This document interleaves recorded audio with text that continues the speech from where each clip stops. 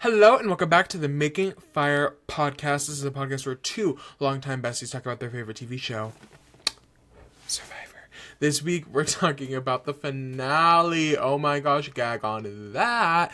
We're talking about the finale of season 49. Can Crazy. you believe it? Another season down. Another one down. This is our Was sixth. 46 the first? I think 45 was our first. Oh, 45. So our fourth full new era season. We Wow. have two old seasons. And how about that? Kind Half of a full of season of Traitors. Traitors. Oh, I guess. So like 6.5 seasons down. Like, is that crazy? That is actually Is that crazy, so... Boots? That's my ego, Boots. We got a lot to talk about today, so we're gonna hop right into it. But before I get into that, before we get into the finale, Maddie, I have to ask, how are you doing? Thank you so much for asking.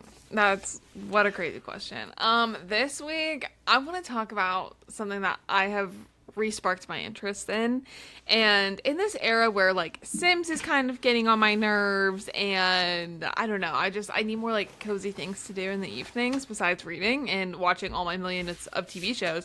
I've really locked back into Animal Crossing as of late, the past month or so. Big news, hit 3-Star Island yesterday, so KK Slider will be performing on my island every Saturday from now on. And I've unlocked terraforming and all of that, so I'm just really loving it. And the big update comes out on, I just looked it up, January 15th, so just a few weeks away. It's a great day. It is, it is for other reasons as well, but primarily because of this update. Wow, you put that update before Martin Luther King Jr.'s birthday. Wow. Wow. Clip that. Into your media, clip that. Clip. Anyways, so if you've been thinking about getting back into Animal Crossing, there's actually no better time than the present to do that. Go clean up your island, get rid of those weeds, and all of that. And I'm just having such a great time. It's so perfect. Even got involved in the turnip stock market this week. That's how invested that I've is been. COVID down. That is so COVID coded. That's crazy. Right. So that's how I've been doing. It's just, that is such a fun game that I think a lot of people talk about how they go through Sims phases and they're like, oh, I play Sims for like a month straight and then I don't touch it for a year. That's me with Animal Crossing. I get so into it where that's all I want to play every evening. And then I don't touch it for like 8 months. So, but I'm having a great time now and I highly recommend. I also, controversial, I like when it's snowy on my island. A lot of people don't like that, but I love the change of seasons and it feels so cozy and fun. So that's my opinion and I'm sticking to it. Anyways, Riley, how are you? I'm doing good. I have to apologize. I'm sort of realizing 4 minutes into this episode that I am wearing sort of the loudest pounds. I'm wearing the loudest pants possible. They're sort of like make a fun noise every time I move. What pants are they? Well, they're khakis, but I think it's like a weird fabric. I don't know how you would describe this fabric because it doesn't sound like pants fabric. It sounds like rain jacket. Okay. Do you not get that sound from it? No, Can you hear I it? definitely hear that. Yeah. Oh, do you want me to keep going or? I mean, if you want. I'm gonna try not to. Maybe if I put a blanket over myself, I will do that in a second. How am I doing? Great. I have to talk about the best food that's ever existed. You guys, I'm about to put you on something so insane, and y'all are gonna gag. You're gonna say, "Why has nobody thought about this before?" Okay, follow along. I might get crazy here. Okay. Bread. What kind? Preferably sourdough. Of course. Mayonnaise. Uh-huh. A little bit of salt, a little bit of pepper. Lettuce, tomato. Bacon. Period. What do you call it? BLT. Innovation. Bacon, lettuce. BLT. Bacon, lettuce, tomato. Maybe Bout. Put an avocado on there. Oh, love an av. Y'all, I'm in my BLT era right now. And that is such a strange thing because I don't even really fuck with tomatoes like that. That was gonna be my follow-up question, actually. Are you on your tomato journey? Kind of a little bit, yeah. Well, I've been on my tomato journey probably the last like year and a half, 2 years maybe. I've been slowly eating, not slowly, I've just been like not asking for people to take tomatoes off. And sometimes when I eat like a chicken sandwich or something, there's tomatoes on there. It gets to a point where I'm like, too much tomato. And then like I'll get like halfway through and then I'm like, I have to take it off. But y'all, I'm in my BLT era. And for all of those who are like, it's a fake sandwich, I'm sorry, you're just not getting a good one. I have had two. Last night I had from the most random place, like my mom and my sibling went to get dinner and I could not go at the time they went. So I said, will you pick me up a BLT? And they said, for sure, picked me up. It was like a perfect BLT. I'm like, if I ate it at the thing that I was most upset about, why were there like 7 French fries? Girl, give me like 30 million French fries. Like, don't play with me like that. But and I'm kind of like, I need to get into my BLT bag a little bit more. Like, I need to go to an actual, so today at work, we got, deli sandwiches. We got deli sandwiches. And I, of course, got a BLT, and I was sitting there eating, and I said, you guys, this is the second BLT I've had in approximately 12 hours. Oh, no, not 12, like 24. But I was like, 24 hours, like, y'all, I'm full of BLT right now. Isn't that kind of crazy? But it's perfect. Like a nice thick, like couple strips of bacon with a nice crisp on it, but not too crispy because you don't want it to be like burnt crunch, you know? Like you want it to still be a little meaty. You don't want it too chewy. Like you want to be able to take a bite. Yes, and for it to break through. Yeah. But then you still want the thickness of the turkey. You want a thick piece of bacon because that's like, obviously that's the meat. A nice little bed of lettuce, a good tomato. For me, not too thick, but I can imagine. Not too much. I can imagine people who like tomatoes want a thick tomato in their BLT. That I can understand. I prefer like multiple thin slices to one thick tomato slice. I would agree with that. Yeah. I love put an avocado on it, baby. An avocado things. Yes, put an avocado, but spice it up. Do like a garlic aioli instead of just regular mayo. Like, you can spice up a BLT in ways that people can't even imagine, and I'm sick and tired of seeing me. I'm sick and tired of, I ate probably I've eaten 3 this week. I think this week, I ate, definitely within the last 2 weeks, I had a BLT, but I'm thinking possibly, did you know they have club sandwiches at, did you know they have club sandwiches at Applebee's? I went to Applebee's last week, and instead of getting my normal sort of appetizer platter, I got a club sandwich. And I think in my brain, I'm confusing the club sandwich for a BLT. But I definitely feel like that has like turkey on it. Well, yes. And I feel like I've had one recently, but I can't remember. But y'all, maybe I'll get one tomorrow. Maybe I'll start a little, you know how Lord has her onion rings sort of rating page? Maybe I should start one for BLTs. I love that. I think honestly you should. I'll link it below if you start one. Well, it'll only be open, of course, to the Patreons first. Of course, yes. Yes. But that's real. I go through big sandwich phases. Like, there's just time. There are like. Oh my god. I'm sorry. I thought my monitor was about to fall over. That would have been insane, y'all. Sorry. I go through phases for a month straight. All I want to eat are sandwiches. That's it. Like, lunch, dinner, sometimes a good whatever sandwich. For breakfast. A good sandwich. My big thing that I've been getting into with my sandwiches is I've never been like a big mustard person, but that has been a big thing for me. Well, and you can't change my mind on that. No shade. No, definitely not Dijon, motherfucker. And Dijon mustard is actually like the key to some of my best sandwiches. Boots. That's my ego boots. Red onion. Okay, I fuck with red onion. That you got me back. Definitely not mustard, but I'll fuck with some red onion. Well, I don't like yellow mustard. I don't like mustard, period. Don't convince me of nothing. You can't convince me of anything. I don't like mustard.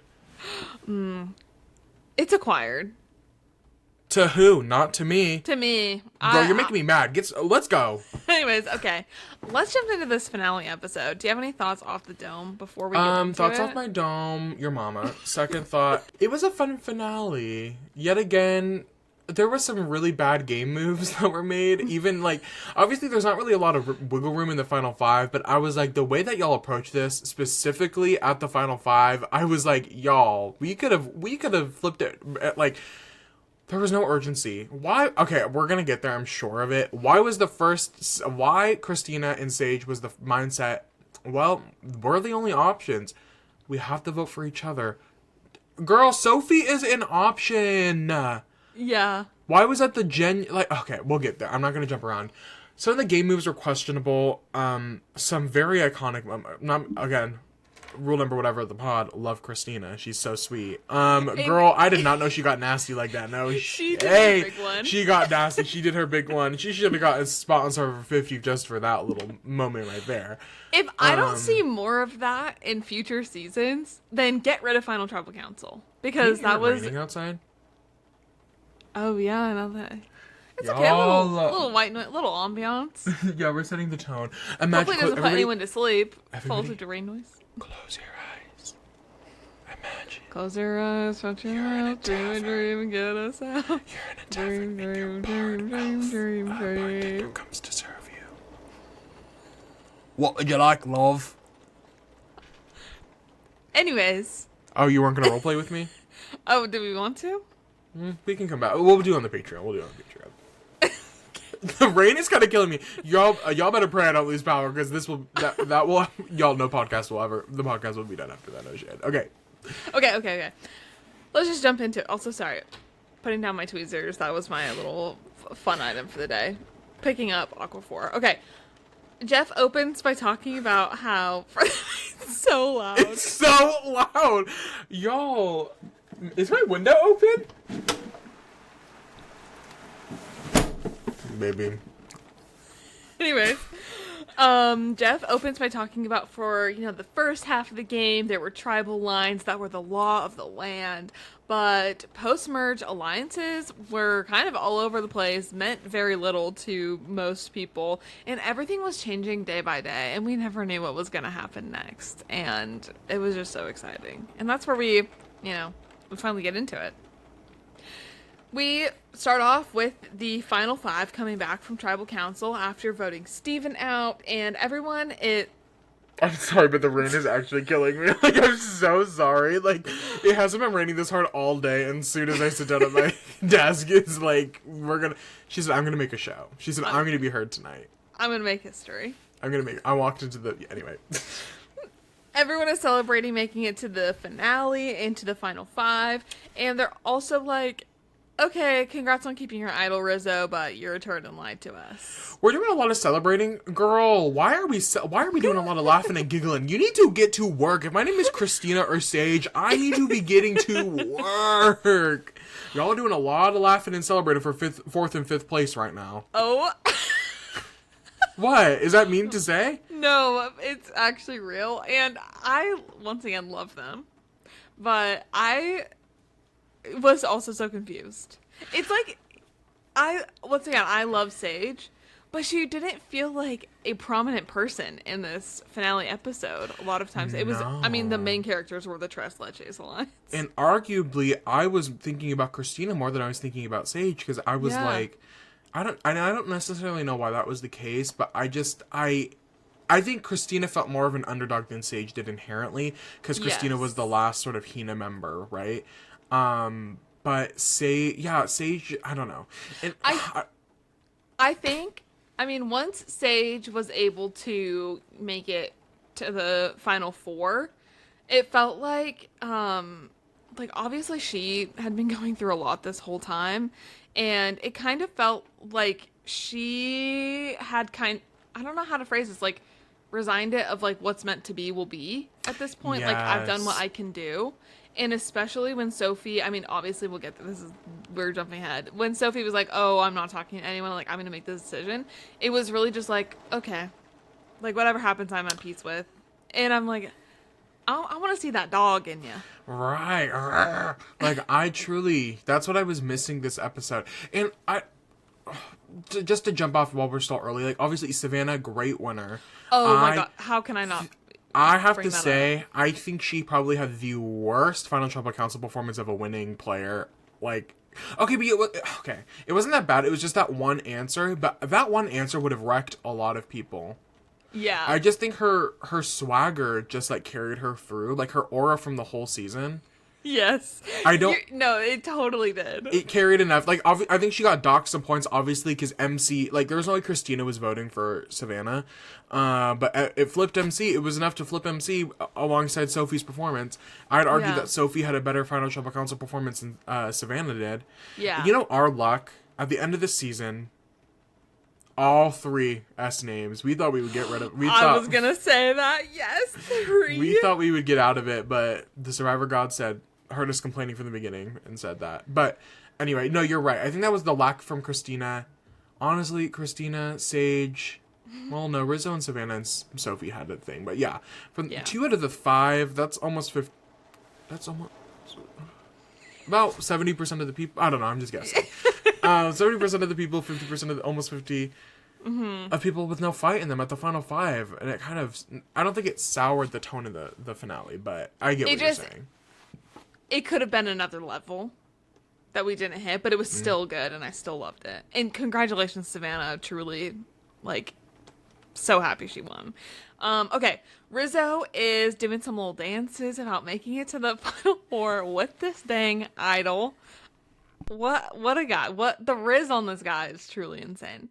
Sophie is feeling embarrassed after incorrectly playing her knowledge as power advantage and regretting not taking Rizzo's idol with it and securing her spot in the final 4, but she feels like she's still in a good middle position where she can vote with either Sage and Christina or Savannah and Rizzo, which that was actually never going to happen. And I'm also confused of like, I don't know. I wouldn't be that confident with it, I guess. I don't know. Yeah. And they were trying to make her feel better. They were like, "Oh, don't feel bad. Like it's not. No, make her feel bad because that was a terrible move. That was crazy. That move single-handedly lost her the game. Honestly, it did. Yeah. If she had taken Rizzo's idol and voted Rizzo out, or voted Savannah out, or whoever was, she voted Rizzo out, Savannah, her, Christina, and Sage. Yeah. If she wins Final 4 immunity. Again, like, because she would still beat Christina. So she wins the Final 4 immunity, sends Savannah and Christina to fire. Christina wins fire, and Sophie is sitting next to Sage and Christina at the end. It's game over. Babe, like, it was right there, literally right there. Uh-huh. Sorry. Hey, you were that close. Is that not back-to-back winner? Is that not insane? It's so My crazy. track record right now is, I guess in the last 3 seasons, 5th, 1st, 2nd. Yeah. Girl. Just wow. I might be a fortune teller. I might have a little bit of ESPN. I think you need to get on Etsy. Start telling some people's futures. That's the Patreon. Yeah.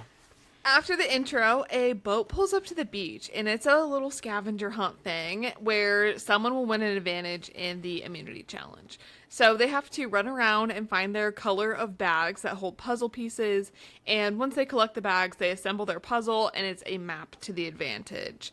They all take off running immediately. Obviously, everyone wants it. And Savannah really smokes them all in the beginning. She has that endurance, and she whips through the bags and her puzzle, and she goes to find the advantage. But Rizzo has a full circle moment. He's not that far behind Savannah.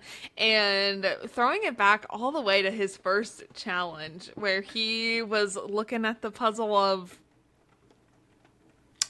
Alex, yes. And wow, just like truly the most full circle moment for him. It was kind of fun.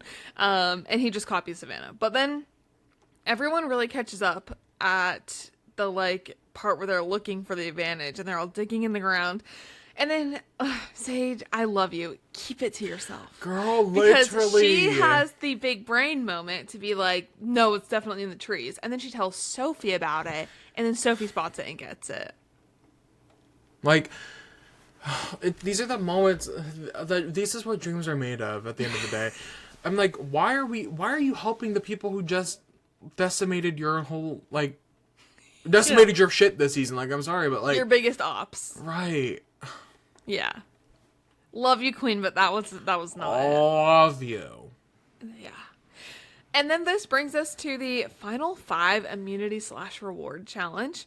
It is a massive obstacle course.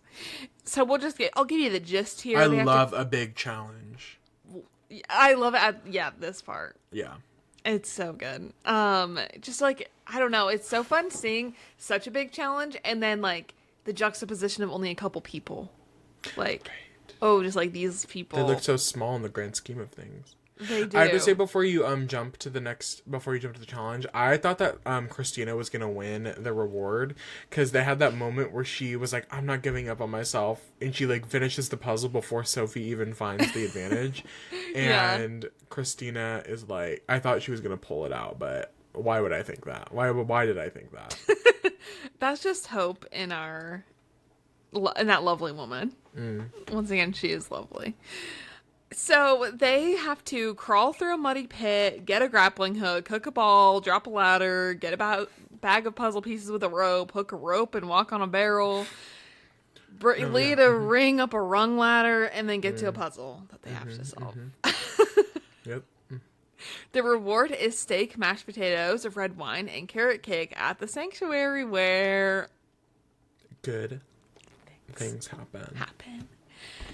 And yeah, basically for a while, Rizzo and Savannah have the lead, and Christina takes some really hard falls during this. Did that sound like thunder to you? I didn't hear anything. Oh, okay, sorry. Christina, babe, you need to get your ankles checked and then sue if they're not okay. I love when she takes the fall, screams, and goes, "I'm okay." No, because I get her in a way that no others get her. Because the way that sometimes you need to just need to let it out in the moment. I'm okay. And then I'm move okay. on. Yes. That's what got me. Because it was kind of like a blood curdling scream. Like, well, I mean, she does that one, and then she also falls off the barrel and hits her head. I was like, yeah, diva down. multiple times. And Sophie was behind for a while, but ends up catching up to Rizzo and Savannah in the middle portion of the challenge. And then once again, everyone makes it to the puzzle, but Savannah locks the F in and wins her 4th individual immunity, joining a group of 5 women to win 4 individual immunities in one season, and securing her spot in the final 4 and will not be voted out of this game. Damn. Beast mode cowboy. Like, I truly her cover, they had like mud in their teeth. I was like, I was thrown off. I was a little like, but good for her. She really trained ahead of time. Like, she was talking about it on her TikTok of how she was working out multiple times a day, and then leading up to going out to Fiji, she would like fast for 48 hours but continue to do hard workouts in it, because she was like, I want to simulate what it's like to have to work out without any food in me. And she was like, I wouldn't let myself drink water while I was working out, like I had to wait until after, and she like cut out all sorts of stuff. She like Maybe really, that's psychotic. I'm sorry. Hey, not to jump all the way to the end of the episode of the trailer, but I find it so funny that Rizzo and Savannah in the Survivor 50 trailer fully wearing the same outfits. Girl, they didn't even let those two do laundry before they put them back on. No, I know. What was the turnaround time? Like, it was probably a couple weeks. Like production probably asked them before they left and then let them go home to like see their loved ones, and then they came back out. I heard Jeff asked them like 2 days after the finale. It was probably very quick. They were at Ponderosa. Yeah. They were like they weren't home. They probably got to go home just to see family and then literally flew back out, because usually it's a pretty quick in between there. Yeah. I don't know. There's pros and cons to that. Yeah. I just don't think this is probably the time that we want to have a very in-depth conversation about the state of Survivor 50, but... No, maybe it'll come at the end. Yeah. Or even, depending on how long this episode goes, I'm sure we'll talk about it next week as well. Anyways. Savannah gets to pick one person to go on the reward with her. And she picks Sage to go on the reward, since Sage hadn't been on one in a while. And even though they aren't really always on the same page or really, besties, she wants to enjoy this meal with her. And I was happy for Sage. I thought it was sweet. Like, I don't really think Savannah had anything, like, other moves to really make other than like connecting with one of the people who you're gonna have to consider voting out tonight, realistically. So I was happy for her. Back at camp, Christina is happy to have some one-on-one time with Rizzo and Sophie without Savannah there, and to have the chance of, pitching, getting rid of Sage tonight and keeping her in the game. She tells them that she wants the three of them to be the final three, and that Savannah and Sage are the most likely to win at this point. So, hey, keep me in.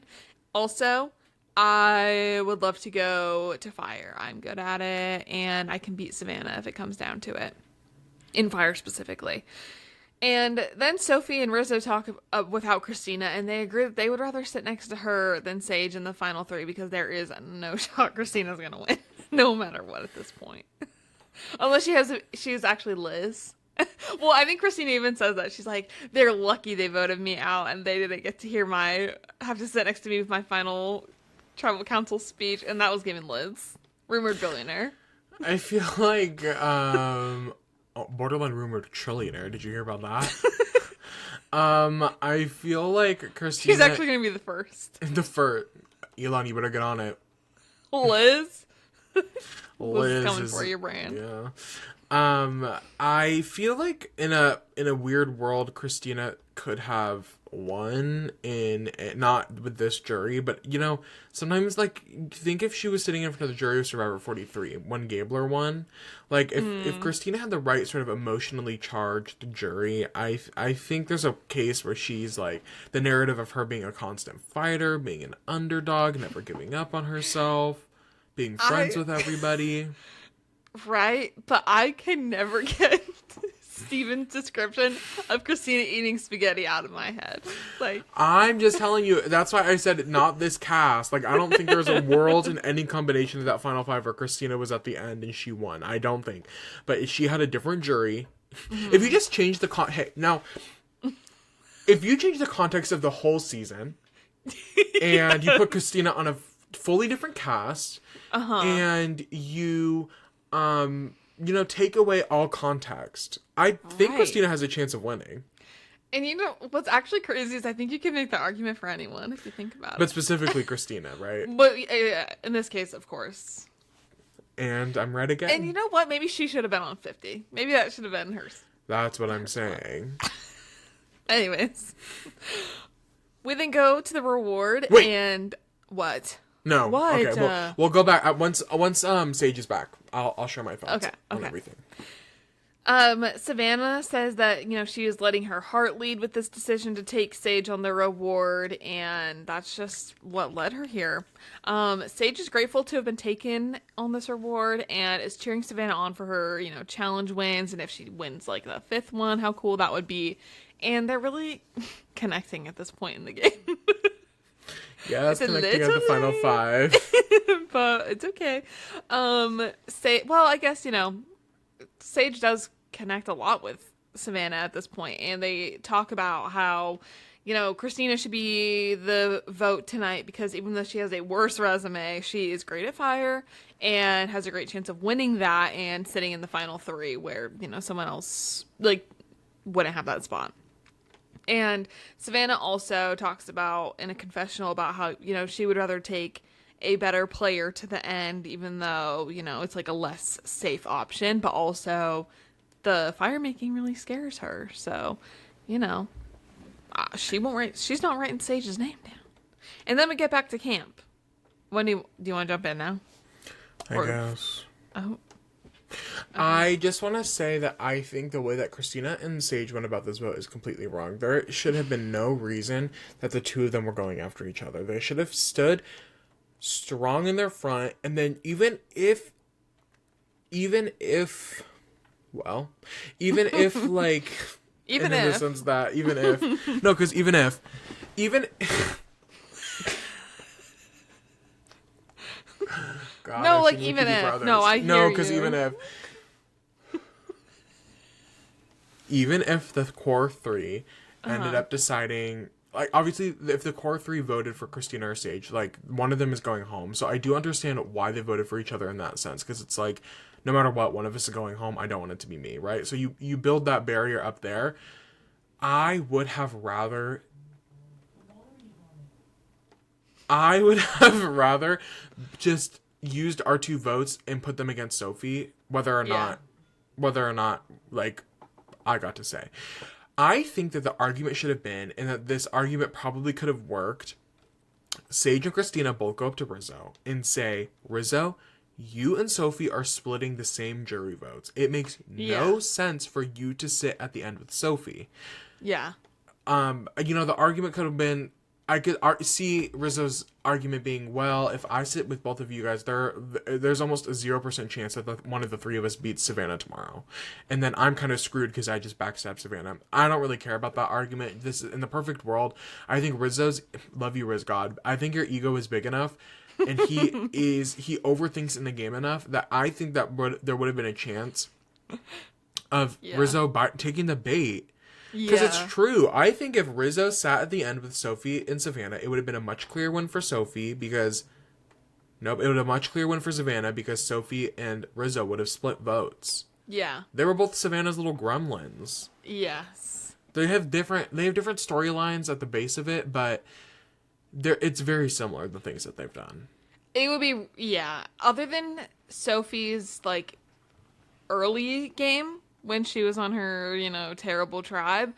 After she joined the trio, it really was, like, pretty similar. She really did absolutely nothing to separate herself from, like, Rizzo specifically. I would have rather died with honor, not to quote Coach, but I'd rather die to the honor of trying to make something happen.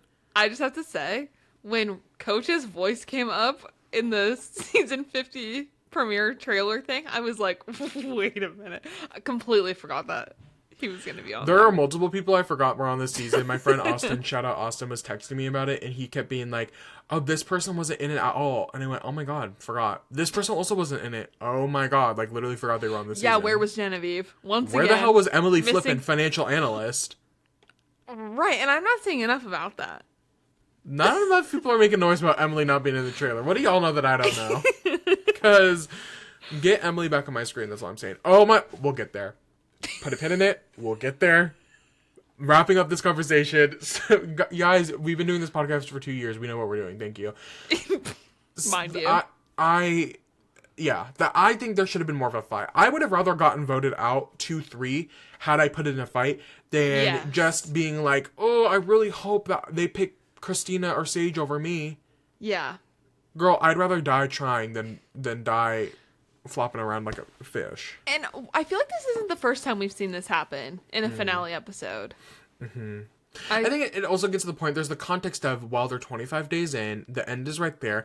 Sometimes, especially if you know you have no win equity, I don't know, maybe not if you not know you have win equity, but if you know you have a very slim chance of pulling it out, it's like, hey, I'd rather make it to the end. Right, I'd rather... as far as I can. I'd rather just make it as far as I can at that point. Like, let me get the biggest check possible, you know? Yeah, but also boot me out kicking and screaming.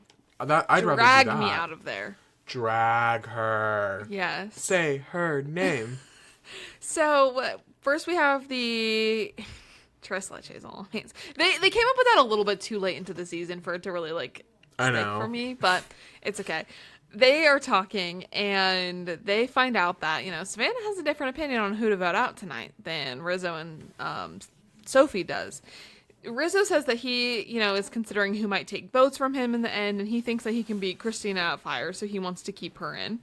And Savannah says, I don't know about you guys, I'm not writing Sage's name down tonight. And, you guys can out-talk her at Final Tribal. Like, do you think that's going to be a problem? Like, what are you scared of? Why are we wanting to take the worst player to the end? Like, let's play this game. Let's see it out. And Sophie then is like, okay, well, I want to talk to Sage and then think more on this, and we can have a conversation later. Sophie does seem to be on the fence, and Sage is like, Rizzo and Savannah will put you up for fire, so I think you need to think about that. And Sage is really, like, strategic in this. Which, that's what was that again? Intelligence operations specialist Sage Aarons that we're actually speaking to. And This conversation, though, does concern Sophie a bit. She's like, wait, you are actually being a lot more strategic than I thought you were necessarily being. So now I'm not really sure what to do. And Sophie is then really nervous going back and forth. And she's like, telling Rizzo, I think I'm just going to, once we get to tribal, I'll figure it out. And he's like, hey, well, I actually need you to pick ahead of time so you can tell me who you're going to vote for. So, like, hey, let's actually figure this out right now. And then Rizzo gets emotional talking to Savannah about how, they're coming to the end of their alliance in the game, and he's so close to winning. And he's a sweetheart. Boots, that's my ego, Boots. Well, I was going to say something, but I'm blurry vision. Why... So I was just talking my shit about Christina and Sage, whatever. They're running around with chickens like their heads cut off. Like, it's what's new. Rizzo and Soph, I need y'all to lock in a little bit, because why the hell are y'all just listening to Savannah? She ain't got no power. Girl, she's one person. She is one person wants to vote Christina. Okay, so then y'all vote with Christina and vote Sage out. And this is just proof that she was truly running that ship the whole time. Girl, her mist was too strong for her own good. I was like, I truly cannot believe that she was so, like, it makes no sense to me how she had so much of a grasp over everybody. No. Her in that whole alliance, this whole season, I love that it did come up at Final Tribal, and they're like, riddle me this, how did we end up like this? Right. And it's like, I truly just, like... I don't get it. I don't understand. I don't have an answer. In what world where y'all prefer Sage to go home, do y'all not just vote with Christina? And then, vote... Now this. Vote Sophie. Vote Sage out. Well, no. I mean, if I'm Sophie or Rizzo. Sophie or Rizzo... Yeah. Vote Sage out with Christina. Yeah. And guess what? Savannah still has to work with y'all because she don't got nobody else, babe. Yeah. She don't got nobody. And so what you did by voting Christina out, not to jump ahead here, by voting Christina out, you sort of gave Savannah one more ally. Yes. One more person who trusts her, because Savannah's the sole reason that Sage stayed. And now y'all look like her fucking minions yet again. At the very end of the game, too. Like... And she don't even have that much power. Like, y'all, she has nothing... She has nothing to wager. That's the thing that I think gets me about Savannah most, is she has nothing to give back. Like, she's just like, we're doing this. She has nothing to offer. In a good way. I'm not being like, she has nothing to offer the Alliance. Like, she's like, blah, blah, blah. But I'm like, the way that she was able to become a power player from... ashes, baby, she's the Phoenix. Like, literally nothing at her disposal. She had nothing to use to help her. I know. She didn't have a single advantage. She didn't, like, she knew where stuff was, but and like, she had nothing. In the end, and when I don't remember what the question was, but someone was asking about that, and Savannah's like, yeah, well, I continued to win immunities, and that was like an armor that was helpful for my alliance. And Sophie was like, how? Like, that protected you. What were you doing for us? Like... And yet y'all still kept her around. Yeah. When she was available. Right. Yes. Well, this brings us to Tribal Council. Jeff starts by asking Savannah about, if she accomplished a dream of hers by winning immunity again, and she's like, no. And, like, the fourth immunity win and potentially having the opportunity for 5, breaking records. And she's like, no, I'm here to win $1 million. I have not done that yet, so no, I have not accomplished any dreams. I really love this cast's inability to play into what Jeff wants. Yes. They're like, no, I want $1 million. Right. No, I'm actually not excited about this reward because it's fruit. Yeah. No, and they have been giving all season with that. And I have to give them their 10s. They've been sassy to him. Maybe hopefully for 50, that'll instill something in him. He said, you know what? Let me be nasty. Let me be nasty to these players again. You know what? They were actually bossing Jeff around the whole time. Yeah, they were. Now that I'm thinking, and I mean, we'll talk about it, the RIZGOD of it all, but like, this truly was. Oh my god! Like, yeah, I almost said something I shouldn't. Y'all, they were treating him like they were like a rag doll. They were throwing him around. Jeff, stand up. You are too old to be acting like that. You are not actually their famiglia. Right. Like, you are don't not owe their them uncle. anything. If anything, they owe you something. Maybe you're the reason they're on that island at the end of the day. Like, Okay, they should but just be grateful. You know what I was thinking about is interesting is like there are I mean obviously people are on this show to win $1 million. Like I don't really care about people's journeys or whatever. But is it like they are fighting tooth and nail to win $1 million? How much money does Jeff Probst have? What is that man's Too much net worth? money.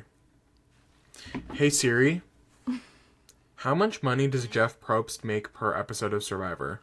Oof. Okay, I found this on the web. For how much money does Jeff Probst make per episode of Survivor? Check it out. Enlighten me.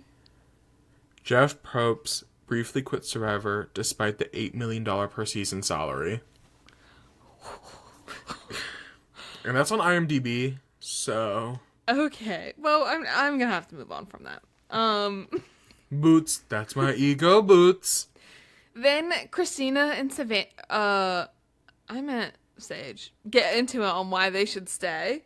And Christina talks about how, you know, everyone clearly likes Sage, and we saw evidence of this at the immunity challenge the other day when Sage was having a hard time after, you know, losing and battling it out. And Sage pushes back on this and talks about how, you know, she worked hard, but she's also really struggled socially. She has felt expendable both here and in life, and she's had to make scary choices and vote out people that she was close to during this game, and she has blood on her hands while Christina has done nothing. And then Christina responds to this and is like, well, you may see yourself as that way, but everyone actually does like you, and you have been way more in the know than me this whole time. Like, you are, you know, you're doing fine. And this was, I don't know, this whole episode just made me not, like, feel sad for Sage, because I think she's done, like, she had a lot of great moments this season. I love Sage. I would love to see her back, but... And I will talk about this if we talk about the reunion at all. But Sage really was at a low, it felt like. Yeah, and I'm at the point where I'm like, y'all were fighting for third place, genuinely. Like, it just was so... It was hard to watch. Yeah. Well, the people that were, like, they were going to win are just, like, sitting back and watching this. Right. Ugh. The girls then are Sophie, fighting. Right. Then Sophie talks about how, you know, seeing how well they're each pitching themselves to stay in the game, you know, might play a role in who she wants to vote for tonight. And to round things out, Rizzo talks a bit about, you know, coming down to an individual game to win that Millie. And then they get to the vote. Before Jeff reads the vote, Rizzo, aka the boy who cried idol the last 9 tribals, finally plays that dang idol. I really wish he made it to the final 3, because I would have loved to hear the jury's perspective on that. I agree. Because I know... I don't think it was doing what he thought it was doing. Well, no, because that has been something that people have been pointing out online, is like rewatching the jury's reactions to the previous tribal council where he got up and then didn't play, and I think MC was just like, okay, like, here we are again. This is like, what do you want from anymore. us? Right. So yeah, then guys, Christina is voted out, and she gives her uncle a hug on the way out. And in her confessional, she says that they made the best decision by voting for her, and she had the best final tribal council speech prepared. So, yeah. I would have loved to hear it, and we can move on from that. I would have loved to hear it. Period. So then at this point in the episode, me watching Eastern and Central Standard Time, I had to take a little 30-minute intermission 30 minutes to hear some big stupid idiot talk on my screen about nonsense. Yeah. It was, guys, I know this 30 isn't minutes is Survivor's so gaggy. That would have fault. actually that would have pissed me off. Oh, actually, yes. And Okay, this actually goes into Paramount Plus and my beef with Paramount Plus is that as much as I wanted to not give this disgusting, vile piece of garbage any viewership on this stupid speech that had to interrupt the Survivor finale, which is crazy, didn't feel like I could turn it off because I didn't know if I would be able to come back on in time with Paramount Plus and always having problems. I was like, now I have to just sit here and have this on my screen for 30 minutes. Did you at least like mute it or something? Or well, then I was like, okay, I know this is an end of your thing, but I kind of want to know what he is going to say because like if he was going to say something like horrible and Crazy, great, like right. something that maybe I should be concerned about more. I mean, like everything he says is like We're talking about the president Donald Trump, by the way. I need him gone immediately, if not sooner. In case y'all thought Jimmy Fallon randomly interrupted. In case y'all were thinking, and you know why what? are they talking we'll about Jimmy Fallon later. Oh, trust we will, motherfucker. He's not safe. He's not safe either. This is not a safe space for Mr. Beast. This is not a safe space for Donald Trump. And this damn well is not a safe space for Jimmy fucking Fallon. Catching strays is so funny right now. No, it was actually so horrible. But you know what? The one good thing that came out of it, shout out Sage. Apparently she's getting a little extra money this Christmas for being a veteran. Oh. Work. In the form of I'm happy for her. 1776. $1,776. Like, literally, I'm gonna throw up. And I almost said something, and I said, and me remembering that Riverside records everything and archives it all, I'm going to keep my piece on that one. But check out the Patreon if you all want to know the tea. This is a Survivor podcast. I will move on from now. But it was so upsetting. So, my confusion is, when I came back in, we just went straight to the immunity challenge. Was there anything, like... Why did we not get anything after Tribal? Yeah, I don't think there was anything. I'm trying to remember. I didn't take notes before then, but I think it did go straight into Tribal. I think it like went to break for me, and then we came back and we started with Tribal, or we started with the challenge. Ugh, I just hate that, and then it made me mad because I'm like, I just hate that. That's a very white woman of you. I kind of. I knew you're. Anyways, okay, let's get this challenge. Jeff starts off by sassing them. He's like, wow, who would have thought this is the final three? Or final four. Jeff, that's crazy. Jeff, how about you shut your It's final? because Jeff was doing inner sports betting. He bet on Jake. And he's been upset about it ever since. And he made it all of our problems. That's all I'm saying. Yeah. And he specifically is like looking at you, Soph, pretty much. Which is crazy. So for this challenge, they have to leap into the ocean, dig to get under a log, retrieve these handles and a ball across the balance beam, use these handles to get a ball out of a cage, assemble a table puzzle track, and then maneuver 2 balls into the targets. The winner gets to sit at final 3 and gets to choose, who to have make fire. The name of this podcast. Rizzo makes it to the track first. Mm-hmm. Just jumping ahead. I mean, it was fine. Yeah. And whips through the puzzle, but... Oh, wait, no, he does not. Rizzo makes it to the track first, but Savannah and Sage are right behind him. Sophie is pretty far in last place, but she makes a ton of time up and absolutely whips it through the puzzle. And then it's coming down to Sophie and Savannah, and Sophie just like full sends this puzzle track, this final part of the challenge. Yes, and she lands the first ball, immediately lands the second, and wins individual immunity with truly the comeback of the century. Like, it was crazy.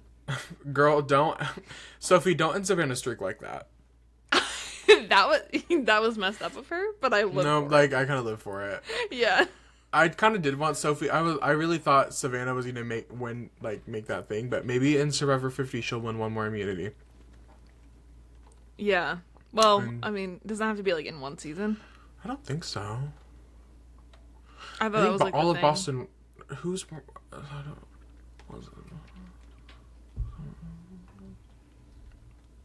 Anyways, I feel like there's a little bit of an addition there. So I can't remember the boys that are at 4 or 5 or like 6 or 7.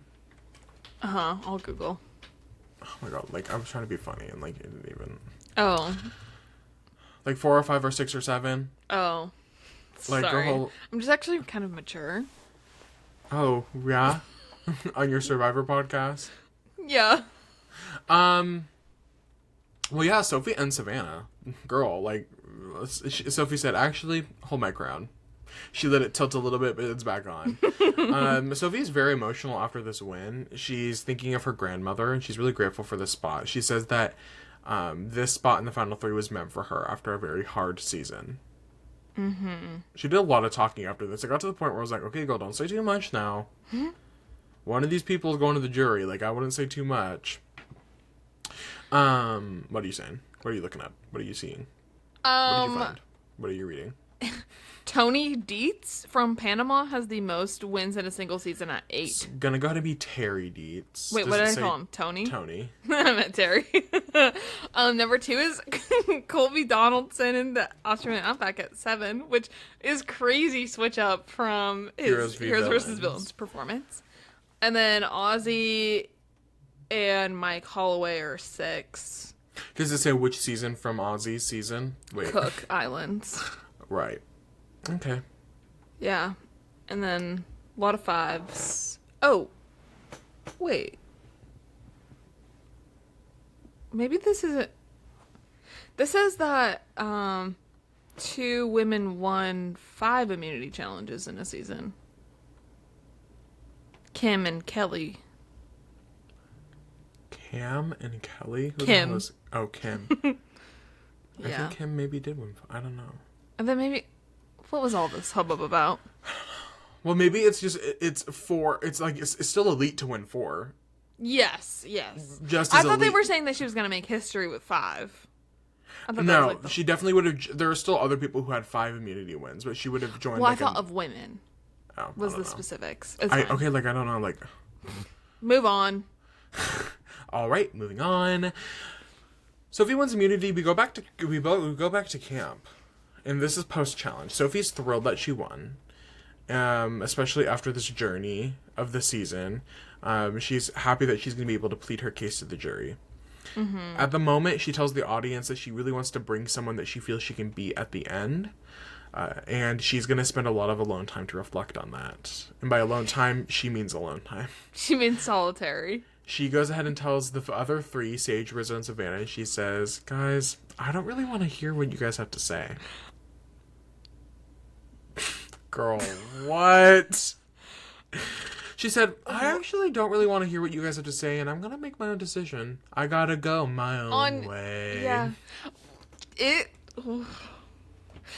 Like, I hear what, like, Sage is saying, but if I were her ally, if I was Savannah, I would be like, girl, there's no way. Oh, like, and Savannah was I would bitter make it boots a about it problem. because she sat on that for 24 hours the next night at Final Tribal, and she made sure she said something about it. Yeah. I would be furious. Oh, yeah, she was mad. I feel like for Sophie could possibly be smart in the jury's eyes because I think it helps. It acts as evidence of I made my own decision. This was my own choice. I wasn't persuaded by somebody Yeah. like Savannah or It was Rizzo. For my own game. For the jury there, but she still has to vote. One of those people is going home because of her tonight, and it only takes one bitter juror to ruin the bunch.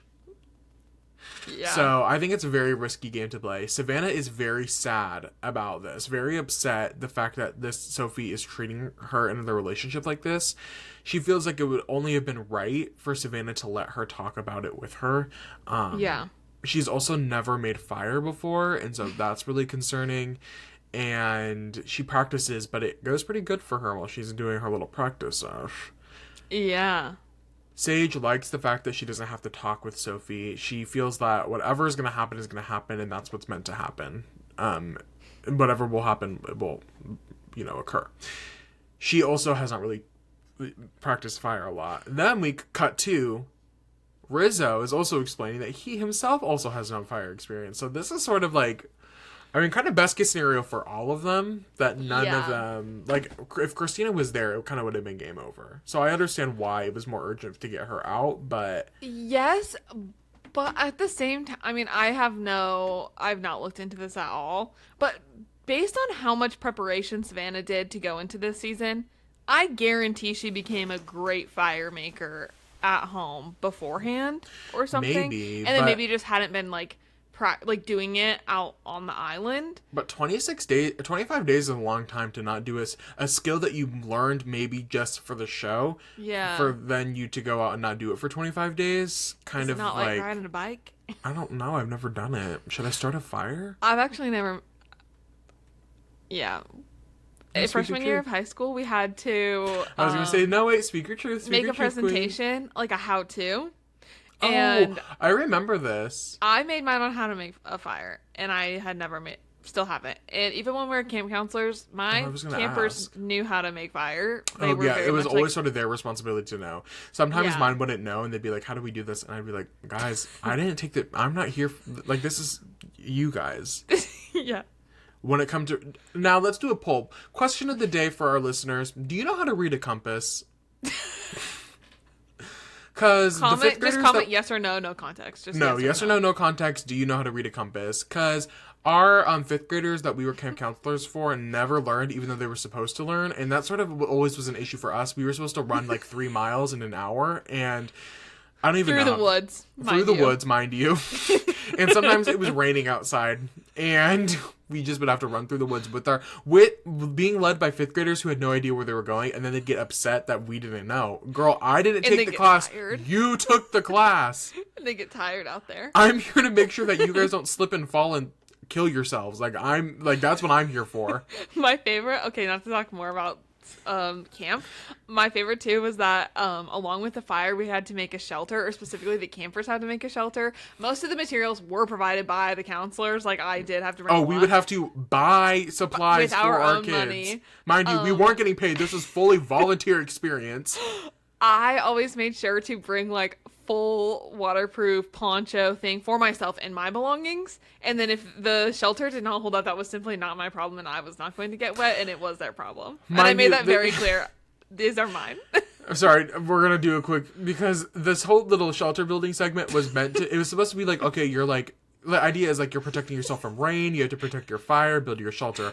Okay, simulating rain is one thing, except they were pouring a gallons full bucket of water right on top of the fucking shelter. No, they were 5-gallon buckets. 5 gallons, and so it was just a huge thing of water all at once. Did not simulate rain in the slightest. Like it wasn't like It raining was intended hard. to get you soaking It was wet. it was meant to get us soaking wet, and then you would just have to continue with your day.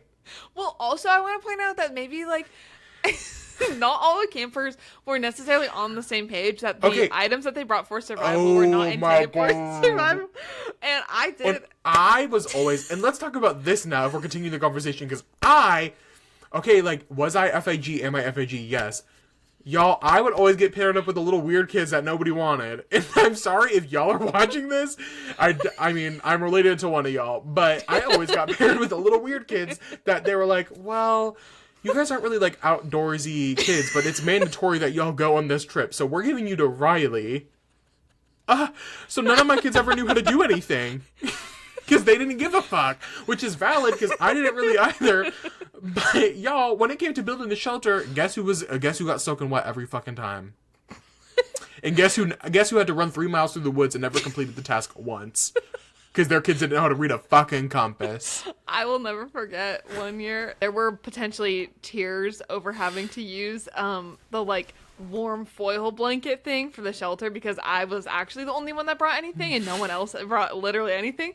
And we needed it because I had kind of a big group that year. And so we had to use that. And this camper was particularly upset and scared that if we did get lost in the woods, that we weren't going to have the like foil warm blanket. And mind you, it's not a blanket. It is just like foil. Mind you, we weren't even really in the fucking woods like that. Like we were... There were trails. And like adults everywhere. Okay, you and I, maybe that's what we can talk about in our hour, because we've never really done a full camp breakdown like this. Like, what is this, 6 years post the last time either of us went, 7 years post any of us? Yeah. Like, we really need to, like, really sit down and think about what that experience was like for both of us. And you know what? I loved it. I had the best time. Y'all, go on the Patreon. We'll go on a full deep dive. I'm getting flashbacks right now that we don't have time to get into, but y'all, it was Coachella 2016. That's what it was. Mm-hmm. It was had to be Coachella. there. You had to be there. So we back at camp. Yes, none of them know how to make fire. We then jump to tribal. I feel like the second half of this episode, post Final Four immunity challenge, just sort of like a fun way that we decided to separate the episode, went very quickly. Yes. It really picked up. Post Trump speech really got going. Mm-hmm. We're at tribal, and we're gagged that Sophie has immunity. She ended Savannah's streak, and this is her first time winning immunity, which is exciting. Mm-hmm. Sophie's talks about how hard she's had it since the beginning. Like, this was a hard game for her to play, and that this is a game time decision for Sophie in the whole thing here. Like, she really, really has to consider what is best for her. Mm-hmm. Jeff then takes up this moment to bring up Chrissy from Survivor Heroes vs. Healers vs. Hustles and Hustlers. Sorry, y'all. Well, hustlers be hustling. They hustle. And then Chris, that last name I can't remember, from Edge of Extinction, who beat Rick Devens. Mind you, at this point, Jeff knows that Chrissy Hoffbach and Rick Devens are going to be on Survivor 50. So all this is doing, it's just flames for Survivor 50. Y'all, because why have you had 40 other seasons to be, or 10 other seasons to be doing this little speech but now suddenly you're inputting the players' names that are about to be on your show next season? I just think that's interesting. That's all I'm saying. Jeff points out to Sophie, your decision here can make or break the game. It lost the game for Chrissy. Yeah. I think it was mostly just to get the names out there to get people excited for 50, because I don't agree with this necessarily. Yeah, it's like whatever. These are two very specific examples. I think the making fire twist. I think the fire twist is done. It has been done every single way. Any possible combination imaginable for what could have happened has happened, and it's done. I know you hate her, but Marianne winning, but she got took to the end and she still won. Like, she didn't even have to make fire. And the outcome of it, and like whether you win or lose, I think there's so much more context that goes into it with the entire rest of the game that you can't just put making it all come down to fire. Like, I think in Chris, why can't I think of his last name? In Chris's Edge of Extinction, he won because he beat Devens in fire. Like, that was his winning moment. Yeah. But I think that is the only example. Like, and you're making it sound like it happens so often. It happens every single time. Like, and I don't think Chrissy lost because Ben won fire. I think Ben was probably gonna win either way. Yeah. It just helped his resume that he won fire at the end. Savannah. Yes, she won fire, but she was gonna win anyway. Right. Like, if she made it to the end no matter what. Right. So Jeff is using these examples to try to push their Survivor 50 narrative, but also, like, set the tone for Sophie. Like, this is a life or death situation for her. Yeah. Sophie says that she's really been thinking about playing. We get a lot of head versus heart talk this episode. A lot of playing with your head, playing with your heart. Mm-hmm. She says, I need to play with my head. So she saves Sage and sends Savannah and Rizgod to fire. Mm-hmm. Baby, this is about 3 weeks too late. This move should have been done. Because now you just look bitter. And Savannah still wins, which makes her look better than you. Yeah. Like, I mean, would you have made a different choice at this point? No, because I don't think there was a way. It seemed like most of the jury was already set on Savannah winning. Yeah, I agree. I think Sophie's only shot was had Savannah lost fire making, which was highly possible. Savannah has never made fire. Yeah. But I don't think there's a world in where Savannah sits with her. I don't think there's a world where Savannah sits next to Sophie and Sophie wins. That being said, when Sophie's whole thing is her loyalty to these people and she sends them both to fire, I think that hurts her storyline a little bit. I also feel like her story of the loyalty, like, I don't know, obviously because I'm a viewer, I just that story is not being sold to me when she this entire time has been on the verge of flipping on them. Mm-hmm. And like, she didn't, so like, I guess she did stay loyal, but it wasn't about her staying loyal. That wasn't like the root of her making these decisions, right? So it just like, okay, yes, but yeah, I think that I don't know, but I think Sophie lost the game 3 votes ago. Yeah, and I think her jury management, I don't think she had bad jury management, but the way she just went about things just did not help her case at all. Everything looked bad in compared to what Savannah was doing. The fact that Sophie went up to multiple people before they were voted out and told them that, hey, I'd like to vote Savannah and Rizzo off at some point, and then never does it, like, you lose credibility in anything you say. It's like Rizzo and his idol thing every single time. Right. There's just like, there's no coming back from it. Like, you sort of, the juice is gone. Right, like by the, fifth time Sophie says that, it's like, okay, well, you said that all these other times, like, you're actually not being serious. And now when you actually do it, it's like, okay, it's fire making. Like, now what? Like, yeah. Savannah is 0% confident in this. She full out is like, I have no confidence in myself. I'm about to be able to do this. Rizzo is slightly confident, but he's like, 20-something. Yeah, he's right. He's like, we'll see what ends up happening. Like, whatever. This ends up not being a close fire making challenge at all. Savannah very quickly gets a good flame going and is quickly able to build her fire up with fuel, and it's such a large fire that she's having trouble adding to it because it's blowing at her. Yeah. So there's really no shot for Rizzo. He sadly does lose. Our RIZGOD has fallen. But his Riz is still there. His Riz is still there. He gets emotional one last time, of course. We can't have Rizzo without emotion, without some tears. On his way out, he has his little fun moment. He grabs his torch and he says, Jeff, I'd love for you to call me by my nickname. Jeff probes in the year 2025 saying, Riz God, the tribe has spoken. I saw a clip of it on TikTok and someone was like, if I didn't watch this live and know the context, I would think this was AI. And hey, I can't blame you. Saying Riz God. Rizzo does a little chicken damn on his way out. I don't know if you caught that. Yeah. He's walking away. He goes, damn. Which, great. I love him. Yeah, me too. And it's final three. Savannah, Sage, and Sophie are our final three. Three women. The first time in 20 seasons in San Juan del Sur. We have three women sitting at the final. Yeah. Isn't that exciting? It's awesome. How do you feel about women's rights and women's empowerment? Oh, I mean... Not kidding. Love it. Really? And you know what? Let me keep to myself. What do you think? I love women's rights. I love women, period. Period. And you've always said that. I've always said that I love women. It's like when I was like 10 years old and said I'm going to marry Nicki. Oh.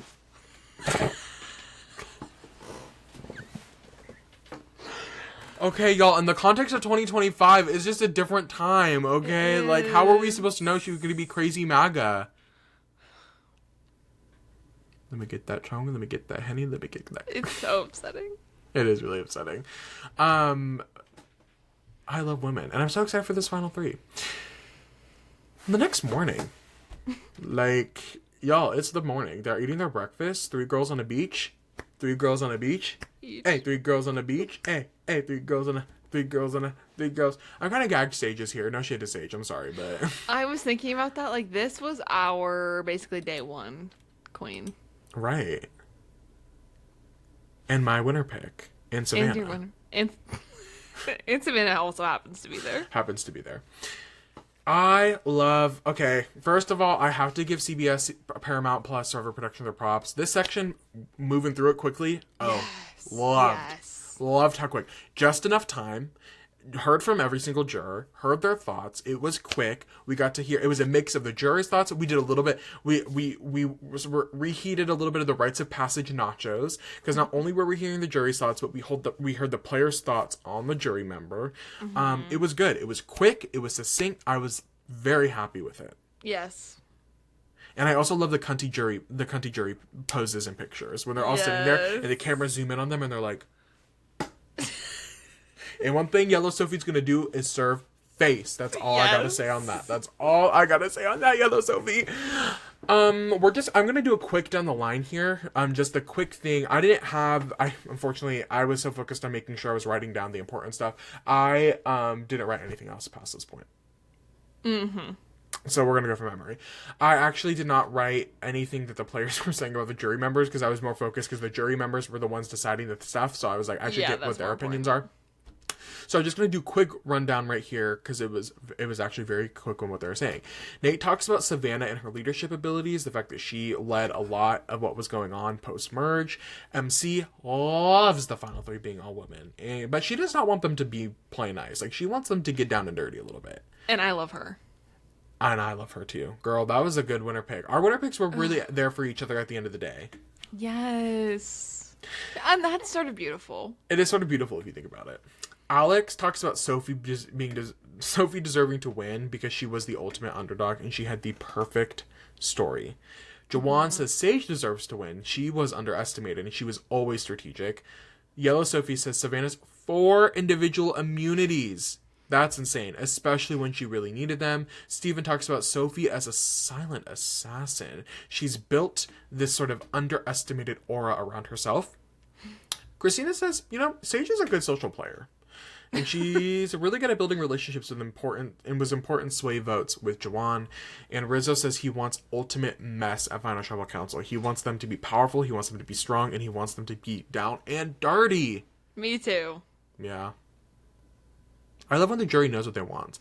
I'm thinking about this, though, and then thinking about, like, who ends up voting for who. And I'm like, Survivor Protection paid them to say these things about these people. Well, my guess is that they had to say something about each of them. Right. Yeah. So Sophie is talking about this final hurdle for herself at Final Tribal Council. She's like, this is sort of the last thing for me. I have to get over this.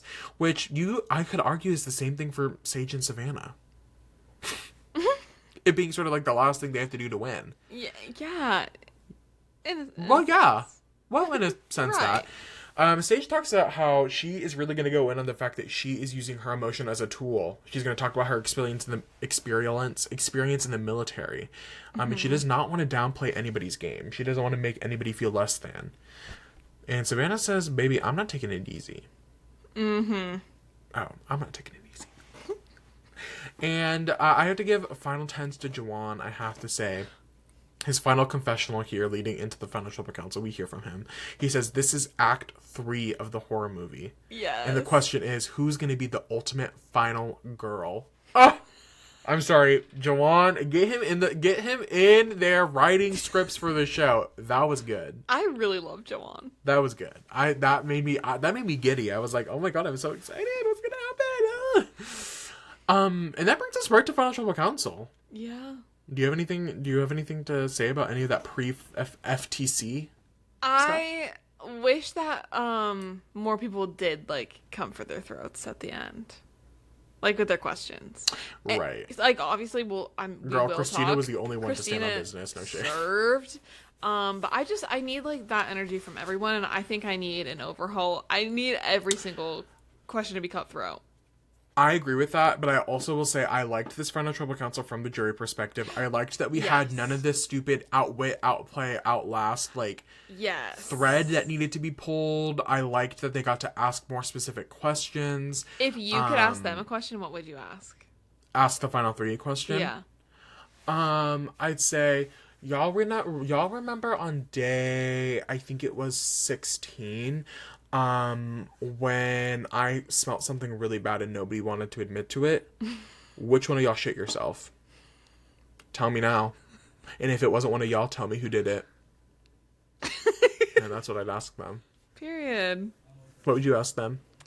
Oh, okay, well, being serious. Girl, you put me on the spot. I didn't know what to say. I'm kidding. Well, I was gonna say, the number one question that I had was, how did the trio get all the way to the end? Right. And I'm glad that did come up. Yeah, it did come up. But that would have been my number one question. How? Who, what, I think it's a good, when, I think where, that's, why? Oh, okay. How? Okay. I think that's a good question. I guess on a more serious note, I probably would have asked, my question probably would have been specifically to Sophie, and I would have been like, I need you to explain why you didn't get Savannah out sooner. None of this because she had immunity bullshit. You had at least twice that you could have cut the wire. Yeah. and did not and chose not to. Yeah. I need to know that. Yeah. Rizzo opens up our final tribal council, and he sort of starts with words of affirmation.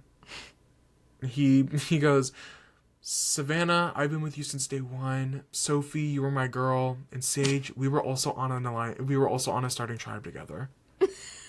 Girl, one of those is not like the other two. That's all I'm gonna say. No, and that's how a lot of the questions were. And Sage, we just were on we were on a tribe at the same time. Sage, we were actually on season 49 together. And that I wouldn't have it I'm any holding other space, way. and I'm holding space for that. Yeah. Sophie opens up with our first real question, and she asks for more specific notes on each of their respective duos and trios. Sophie says that, she was a lost puppy going into Merge. She was adopted by Savannah and Rizzo, and they balanced each other out. She was sort of the social glue in the trio. Mm-hmm. Savannah talks specifically about how each of them always consulted each other. There was always back and forth happening. There was a constant need for muscle, and that was what she was. Rizzo was never winning a challenge. So she sort of needed to be there to be that. Uh-huh. And Sage talks about how she used to talk about she talked about Jawan being a more strategic shield for her to hide behind. Because when looking at their duo, people were always going to go for Jawan before they were going to go for her. So it was nice to have that built-in padding a little bit. Mm-hmm. Do you have anything to say? Or? I mean, yeah. That's how it was. Okay.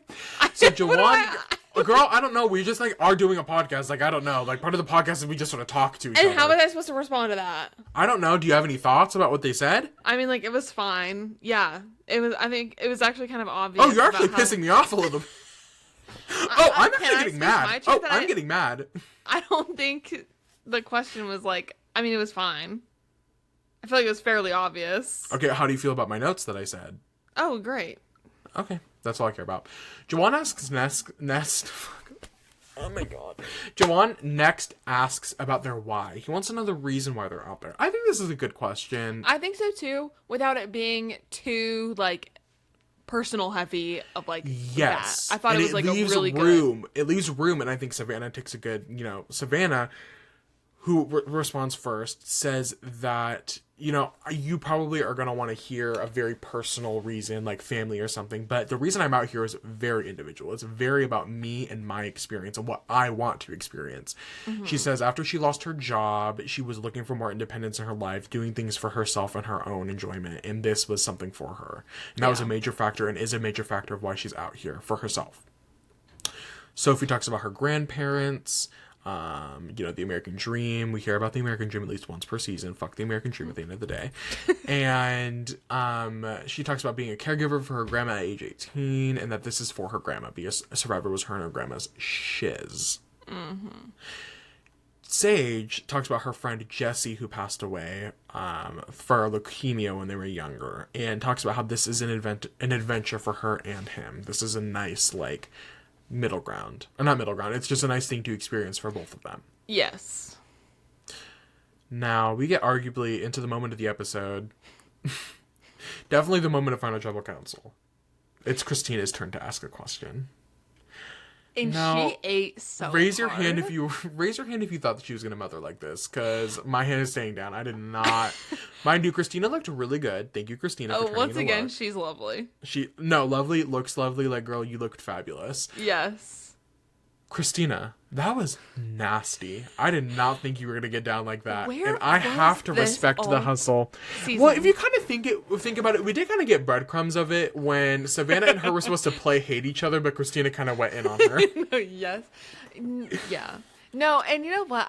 I just wish I could have seen this side more clearly, because I think I would have appreciated her a lot more when she felt more messy and less she is thinking about what's going on, actually. Right. But this, oh my god, she ate Tribal Council down. She won. She actually won. She won Final Tribal Council with this. There has not been a question this bitter in a minute. I don't know the last time that I was left actually cringing from a question at Final Trouble Council, and I knew immediately. So Christina says, this is a social game. I like a social game. Savannah, I don't know how well you played a social game. I'd like you to go down the line. You only. To go down the line and name one person from each, either a partner or a family member, a name of a partner or a family member that each jury person has in their life. By name. That's the crazy part. Girl, my heart went pitter patter, pitter patter. I went, oh my god. Well, Savannah so caught off guard. Obviously, I don't think a question like this has ever been asked. Eliza Orleans from Fans vs. Favorites tweeted and said that she asked a similar question in Fans vs. Favorites to both Amanda and Parvati, but it wasn't put in that episode. But I think this is the first time on camera a question like this has been asked. I need more of it. It worked like she thought it was going to work. So Savannah goes, oh, I don't think I'm going to be able to do that. And Christina goes, can you at least try? She says, I'd like you to try. Wait, cause I was not familiar with her game. I have to respect it. That right there. Christina said, you still got a spot on Survivor 50? Actually, I need Christina to just be a jury member on every season moving forward. She needs to host Survivor. There, I said it. Well, maybe not. No, yeah. Savannah, slow down. Oh my god, have her be the have her do like a jury roundtable every season. Make her Ponderosa. Girl, I'm telling y'all, Christina, that you ate that and you deserve your flowers for that. That was bitter. I've never seen someone so bitter in my life. That you were disgusting. That was so evil. And I ate it up. People using her as inspiration moving forward from jury members, I'm going to be absolutely disappointed because she has set a precedent. Christina for the is 50s. She's reviving the bitter jury. Get it back on my screen. Frankly. I love it. And it honestly, it wasn't even that mean. Like, it wasn't too mean. Oh, like, it was I think perfectly crafted. You think of Corinne telling Susie that she wants her to remove her vocal cords and that Sugar is like obsessed with like daddy issues. You think of like Brenda telling Dawn to fully take her teeth out. Yeah. Like this was nothing, but it was just enough. Ooh, it was so just enough. perfect. It was a little bit of the lime. She squirted a little bit of the lime in her seltzer, and ooh, it was too good. It was too good because it hits every single level. Like social strategy, personal, like how you connect with these people. And this, I just like Christina. Just the biggest shout out. But you know what? The biggest thank you from the bottom of my freaking heart. Bottom of my freaking big chungus heart. I have to say that I lost my train of thought. I was gonna say that Christina doing this boots, that's my ego boots. Christina doing this question, I think guys. I really had a good thought. I had a really good thing going on. Well, anyway, so we get to the answers, and Savannah fully can't do it. And that was the worst part, is the slowed down. Oh, sorry, I remember what I was going to say. I think had Christina been on the jury earlier, had she been in MC's spot or Alex's spot, I truly do think she could have poisoned the jury for Savannah just enough. Mm-hmm. Had the jury had Christina on from the early days and Christina carried the narrative throughout the whole end game that Savannah is a bad player because she has a terrible social game, she's only winning out, I truly do think had Christina gone home 9th instead of 5th, she could have done some very damage that Savannah could not have come back from. Mm-hmm. If she had spread the narrative enough, I truly do think, and then this would have just nailed the coffin. It would have just been like, y'all see what I'm talking about? She doesn't know anything about us. If I ever get on Survivor and I'm on a season with Christina and then she's on the jury, I'm shaking in my boots. Oh, you're shaking in your boots. Savannah cannot answer basically any of this. And give her a little bit of an asterisk because, she spent basically no time with MC and... Not a ton of time with Alex. I want to say, like, she It really, the whole season, like, I mean, specifically, like, post-merge, her alliance of her, like, small 3-person alliance was so just, like, the core versus everyone else that, like, I don't know when she would have. Yeah, because, People, when she did try to talk to other people, specifically Christina, was so put off by her direct, like, aggressiveness. Like, people didn't want to have these connections with her. She was too intense, too direct, too scary. So, like, I think it is a perfect question by Christina, but I also don't It's a flawed question at the end of the day, because there is no way. I don't think it makes Savannah look as bad as, like, she had, like, intended for it to be. Still, once again, 8 down. Yeah. I loved Sophie, like, whispering the answers as Savannah was giving them. It was a catty little that was a catty moment between those two. Yeah. There were other moments too. There was, yeah. When the other person would answer, it was like big eye roll. In the sense that MC's next, she asks for a time where if they could each explain a time where they were the reason someone got voted out. And this is where Sage loses me a little bit.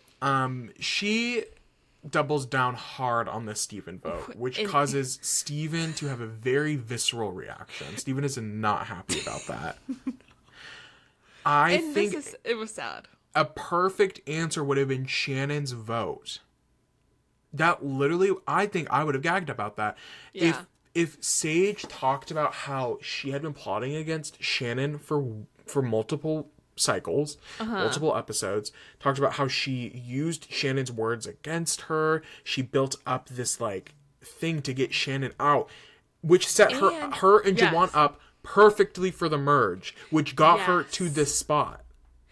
And the only other, I mean, who else was on that tribe with it? It was like her and Juwan. It was her, Juwan, Shannon, and someone else. I don't remember who. I can't either. It also happened so long ago that I feel like she could have really, like, hyped this story up. Yeah, I think she really could have. I'm looking up Shannon's name in my notes. Shannon isn't there to be upset on the jury about it. No, like, you could have really thrown her under the bus, where you probably would have needed Steven's vote. I don't think there was a world where Steven was ever going to vote for Sage, but I think... Oh, it was Steven. Right? Wait, what? Wait, what? I think Sage, Juwan, and Steven, you're right. Yeah. Sage, Juwan, Steven, Shanball, she's not here with us. I'm sure she's, like, in her mom's womb or something, you know. Thinking about that. And I'm holding space for that. So, yeah, Sage says the Steven vote, which I think was a bad choice. I think that ultimately was when she had to bow out. I don't think there was recovering from that from her. I think Steven's reaction from that sort of instilled that. Yeah, I think she got the message that, hey, that was not the right answer, and actually from this point moving forward, you're done. Sophie talks about the Jeremiah vote and using Alex in his conversation to vote out Jeremiah, which I think was another great, because it was sort of a flashy move, talking about sneaking up behind them and listening. It was good. It was a good use of that question. And it's always hard to talk about pre-merge stuff, especially if some people in the jury don't really know the context, but I thought that was good. Savannah says Christina. She needed Christina out because she didn't want to go against Christina for fire. I thought that this moment that Sophie had such a great answer, and Savannah had such a bad answer to a question, and then this was kind of like a mediocre answer that I was like, oh god, Savannah's really gonna have to do some catch-up work here. And I think this is where Savannah started going like this, and Savannah started going like this, Sophie started going like this, and I was like, I don't know if Savannah's gonna be able to come back from this. We'll have to see. Yeah. Savannah, you know. Steven asks Sage, why was the blowing of a 7-3 lead good for your game? And Sage says that at one, and I don't think they were lit. I think Steven wanted to just call Sage out. I don't think he was really going to listen to what she had to say. Because I'd argue that this was a good answer and very true in the fact that at one point, every person in that group wanted her out for some reason. Yeah. And so they were never really working together, because Sage and Juwan were always the ones that were going to be the targets no matter what. So she just bit the bullet. And then they pushed back. MC and Steven pushed back a little bit, but they were like, well, like, you know, you still blew a lead. Like, you still got yourself there. But Sage was like, well, I'm here at the final 3, and you guys are seeing this out flip-flopping, but what I was doing was very intentional, and the people I was targeting was intentional. Yeah. And I thought that was a good answer. But I don't think they were really... I don't think they cared what she had to say. No, not at all. And I also wish that we could have had more of this, like, strategy from Sage all season, like, hearing her talk about it, because a lot of times it did feel like, what are we doing here? I think she struggled from what Carolyn struggled from, not to the extent. I think Carolyn was really impeded by her image, her perception. Yes. I don't think Sage was as impeded by her image. I think Sage did a lot of that herself, unfortunately, where she sort of put herself in a box, where Carolyn was just trying to claw her way out. Carolyn knew that she needed to get out of the box, but nobody was letting her out of the box. Sage, right. I think, sort of put herself in that thing, which made it hard for her to, you know, succeed. Nate wraps us up with questioning, and he asks for these are just so generic that I'm like, was this not kind of already asked? Nate asks for a single strategic move that they were the most proud of. I was like, okay. No, I don't care. Sophie talks about everybody willing to talk to Sophie, like they were willing to build relationships with her, and use their core 3 to their advantage. Savannah talks about IDing Yellow Sophie as somebody that needed to be worked with. She picked Yellow Sophie up when it was most important for her. Sage talks also about Yellow Sophie and realizing that it was in her best interest to get her out, because she was a big power player. And there was a little bit of pushback to this by Sophie, but it was like, well, it wasn't really that much of a move. It was a unanimous vote. And Sage was like, well, no, sort of kind of, I was the reason it was unanimous. Mm-hmm. And to that, it's like whatever. But yeah, a little pushback from the jury tonight. They were a little. They were like, we want to make sure what we're saying is good. Well, once Christina sort of opened that, right, the floodgates. Yeah, they were like, oh, we're actually here to play. They each give one final speech, a little final tie-in for what they have to say. Sophie says that 12 tribals into the season, she has voted the most people out of this game. She didn't have to hide behind anything to get to the end. She played a very social and strategic game, and it was well-rounded. Savannah says she has dodged the most bullets out of anybody here, and it was successfully. Tell me what you do successfully, quickly. Oh, Silence. Me? Well, girl, who else am I talking to? Well, I thought you were just making a reference. Chili dog? Oh, my God. She doesn't have a face anymore. I think I'm going to take her to... Chili dog? Girl, I'll just be squeezing on her. I think I'm going to take her to work. This is my favorite little fidget, and I kind of need one at my desk. So I'm kind of... But I'm scared people are going to judge her at work. She's really special to me. I can cry. Like, what if you lost her there? I know, but someone stole her. Well, that'll be a bridge that I cross. Girl, she's special. There's an aura that comes out of Chili Dog. You're telling me there's no aura? No, I feel it. I feel her, like, even when I can't see her. So Savannah talks about how she dodged the most bullets, and she won immunities when she needed to. These were not immunities meant for nothing. Sage says, I was myself, I was strategic, and I played with my heart, and it was fun. Mm-hmm. Girl dinner. Now it's time to vote. And do you have anything to say before the vote? Anything left from the Financial Council performances? Oh, just in general, I had such a good time. And I'm really happy with this final 3. I honestly, I mean, I would have been happy with, like, anyone from the final 4 being in the final 3. Oh.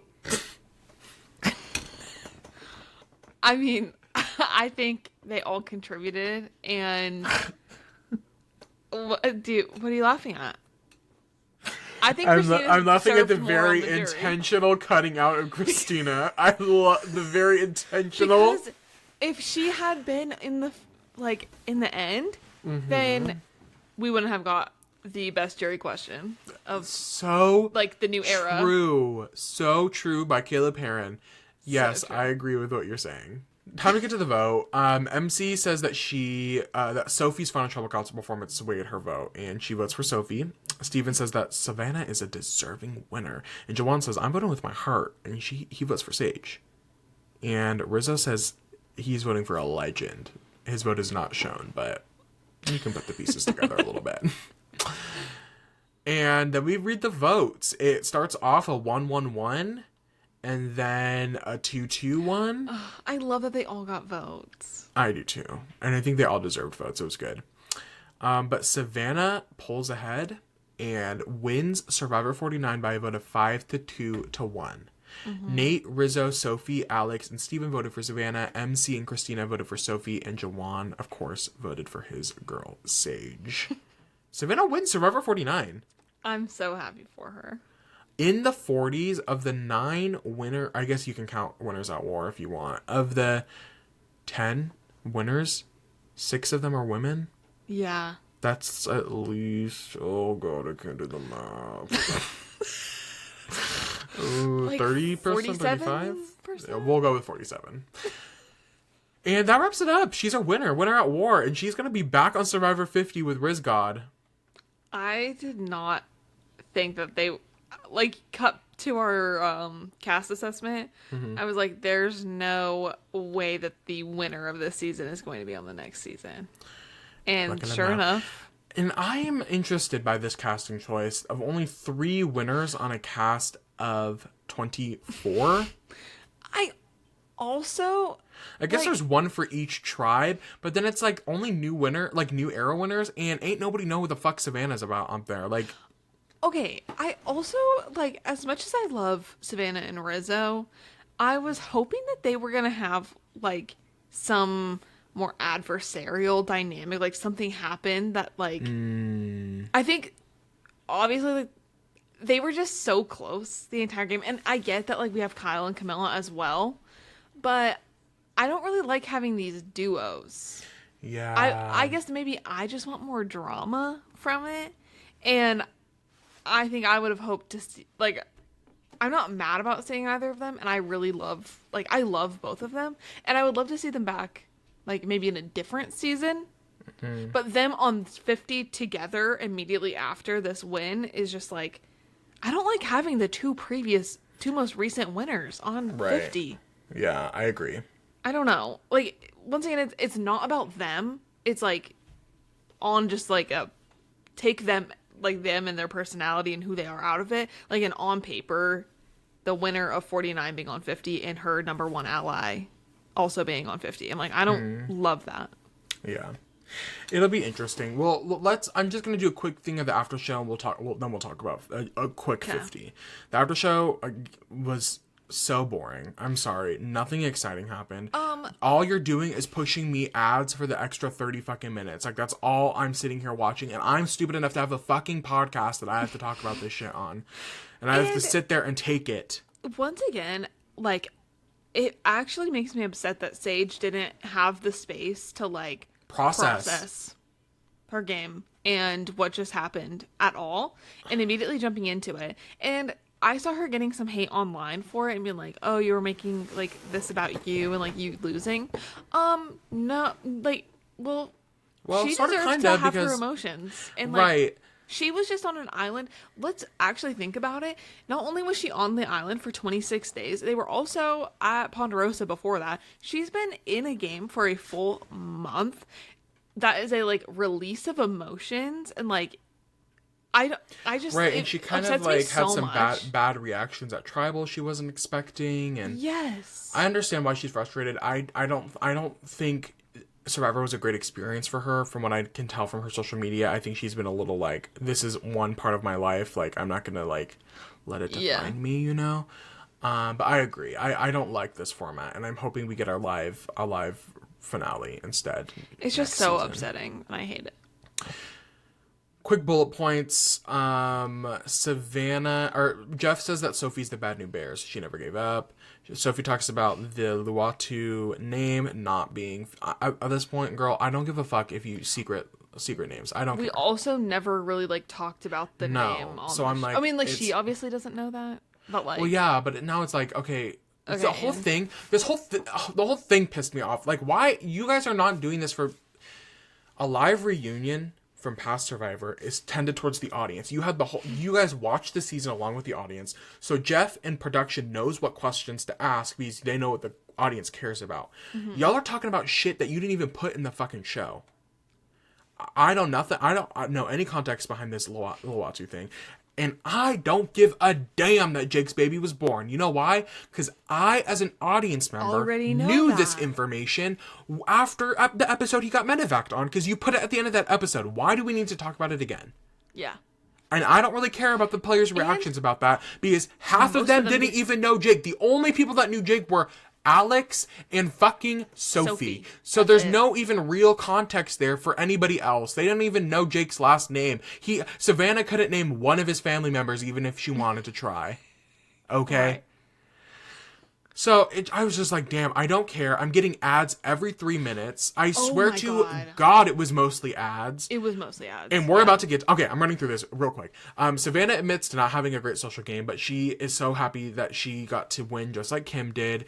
The advantages Yes. didn't work at all this season. Fuck all. Like, literally, there's no point. Rizzo talks about the offense versus defense of the idol, and it's at this point, it's become so defensive in Survivor history, he's wanting to make it offensive now. Jawan says he's been playing for a long time. It was worth all the pain. Alex seconds that. And then Sage has her emotional moment, which is hard to watch. Now, talk about capitalism in Survivor. Let's talk about a quick chit-chat about the Survivor 50 fucking trailer. Fuck you, production. Fuck you, Jeff Probst. Fuck you, Mr. Beast. Fuck you, Donald Trump. Fuck you, Jimmy Fallon. And what the fuck is a Billie Eilish boomerang idol? Like, And Tyler Perry, you know what? Fuck you too, because you're the reason this all happened. If we really want to go back on it, fuck you, Tyler Perry, and fuck you, Medea. catching strays. Girl, they're not No. catching strays. They're the reason. Fuck y'all. Sorry. It Sorry, ruined Mr. my night. Sorry. Fuck Zach Brown. Who the hell is fucking Zach Brown anyway? Fuck you too, motherfucker. Like, the Mr. Beast is what got me Why? reading it. He's another Jimmy. Get the Jimmys out of here. Get Jeff Probst out of here while we're at it. Make Riz God the new host. Love Billie Eilish. I don't need her anywhere near Survivor unless she's playing. Jimmy Fallon, you always gotta put your name in something. First the ice cream, now this.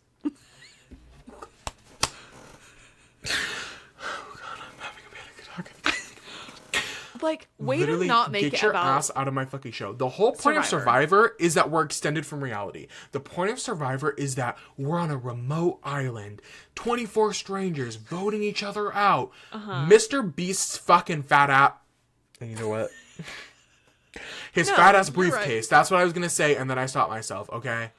Mr. Beast and his fat ass fucking briefcase coming onto this island. I know he fucking paid CBS, because there ain't no way CBS was like, let's get this man out here. I know he paid his trillions of dollars to get his ass out there. Just when I'm getting excited about season Why 50, do we they have to do Mr. this. Beast branded advantages? I know I did not to see a Mr. Beast fucking coin in a fucking briefcase. Fuck you. No, thank you for speaking for me, because I actually am so speechless and upset about it that It made me want to be emotional. I'm sorry, I don't want to keep interrupting you, but I literally ruined my night last night. After a pretty fine, good, borderline great finale. Yeah. Ruined my night. I've been waiting Can I just all talk about my night? week. First, I'm watching season 16 of RuPaul's Drag Race, and Hershey Hershey goes home first. So mind you, I'm going into the finale with that. Then, that orange man comes on my screen, takes up my time, and I have to hear him blabber on. We get back into the finale. After it, I have to see Mr. Beast on my screen. Oh, Not it even a was trigger lights out. warning, mind you. Not even a trigger warning. Mind you, that was supposed to be the big mic drop. Mr. Beast. Fuck We're done. you, Jeff Probst. I know your fucking ass, your little Is behind fingers had this. something in this. Fuck you, Mr. Beast. I don't even care. I don't care. Oh, I don't care. I hate. Fuck Mr. Beast. I hate can't you. stand him. Get out of my fucking TV show. We can't have Oh my anything god. anymore. The one good thing, I was kicking my feet, squealing. We got a Q confessional. Thank Yeah. God for that. I don't even fuck with Coach like that. Coach opening up the trailer, okay, that was cute. Then walking onto the plane, that was cute.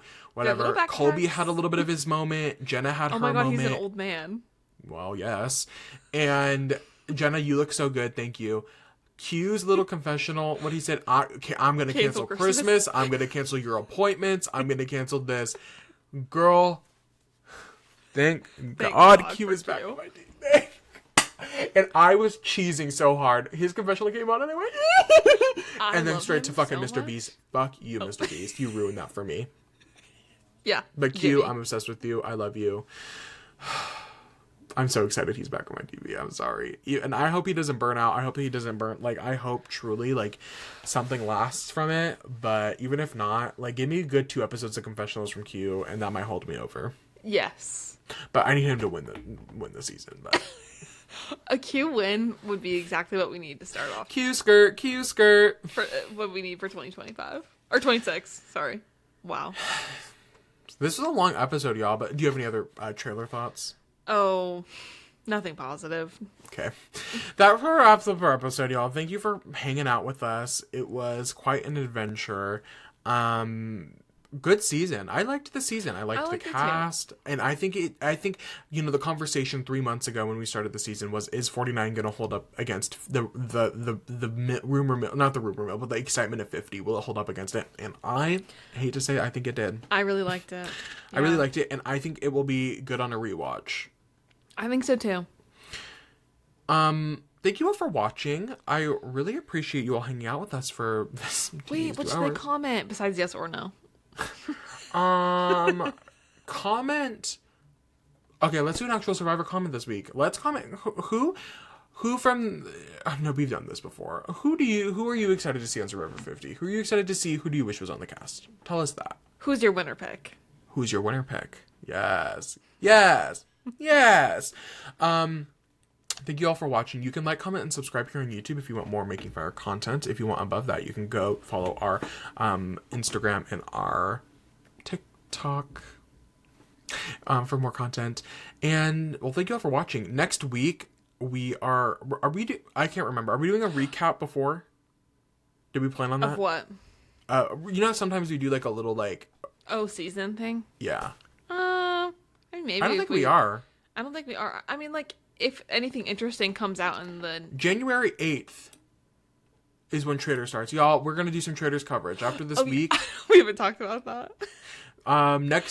So this is going up probably this weekend. Next weekend, y'all are in for a treat. I'll just say that. Oh, it's going to be a fun episode. Next weekend, y'all it starts our Traders coverage. Maddie and I are going to be a little silly. We're going to be a little fun. We're going to have a fun time. Well, and a little recap on the year as well. Like, a little recap on the year. It's going to be... Yes. I don't know what I'm trying to say. We'll get there. Current. It'll be current. It'll be fun. So check out next week. Next week we'll start our Traders coverage. Maddie and I are going to do a silly little Traders episode. And then after that, the next following week into the new year, we'll talk a little bit about the season 4 cast of Traders. And then we're going to get into some Traders coverage. I'll cover the first couple episodes. We, if you were watching us last year, we didn't finish our Traders coverage unless everybody comes out of the woodworks and they're like, we need you to finish the coverage of the season. We'll see. Right. But I think we ended up just like talking a little bit about it at the beginning of the episodes in Survivor. We did. So, we'll cover Traders until season 50 comes back. Which is so soon. It is so soon. Oh, so spectacle. Thank you all for watching. Thank you for hanging out with us for Survivor 49. We can't wait to talk about 50. And we can't wait to talk about Trader Season 4. I'm so excited for Trader. Like, that is messy reality TV at its best. I'm excited too. We'll see y'all next week with a fun little Traders episode. Thank you all for watching. Bye. Bye. This turns out. Mooches!